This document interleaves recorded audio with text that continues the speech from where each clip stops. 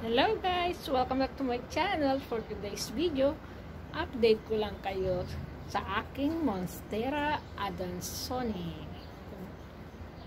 Laki-laki na niya guys.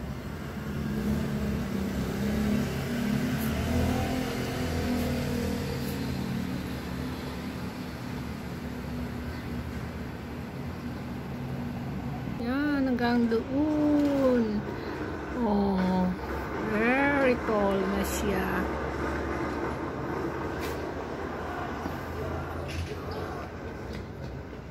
Ganun niya siya kalaki. Ayan. Tangkad-tangkad na niya.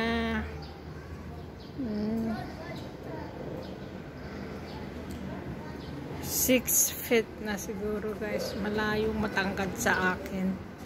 Ang problema lang sa halaman na ito guys, masyadong mahina ang kanyang stem.